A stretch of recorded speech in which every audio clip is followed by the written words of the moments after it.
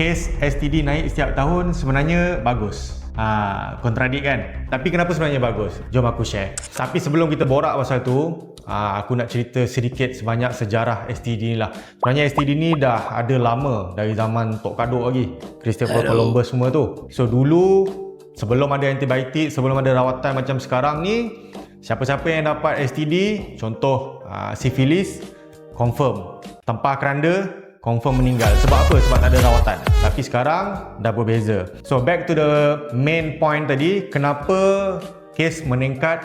Aku cakap bagus. Sebab bila kita capture data tu, maknanya orang ada awareness. Patient, dia datang klinik, dia diagnose dengan STD dan dia dapatkan rawatan. So kita capture benda tu. Okay? So maknanya awareness bagus. So kita tak nak orang tak tahu pasal STD. Sebab bila orang tak tahu pasal STD, dia akan lebih berbahaya. So dia boleh menjangkiti orang lain, dia tak tahu pun dia ada STD. Dan bila kau tak tahu kau ada STD, sebenarnya STD ni boleh jadi bahaya tanpa rawatan. Kau boleh jadi mandul. Kalau dia serang organ lain, kau boleh at the end meninggal juga. Macam zaman-zaman Christopher Columbus. So basically, very simple. Patient ataupun klien yang datang, kita akan buat consultation, physical examination dan kita akan buat ujian darah. So kita akan mulakan rawatan berdasarkan keputusan ujian darah tu.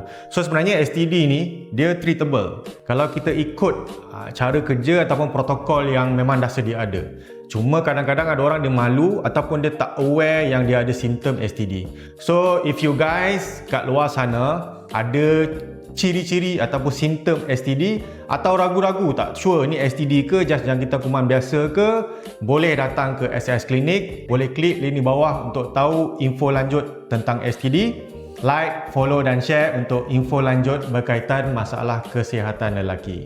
Dan ingat, keras-keras selalu.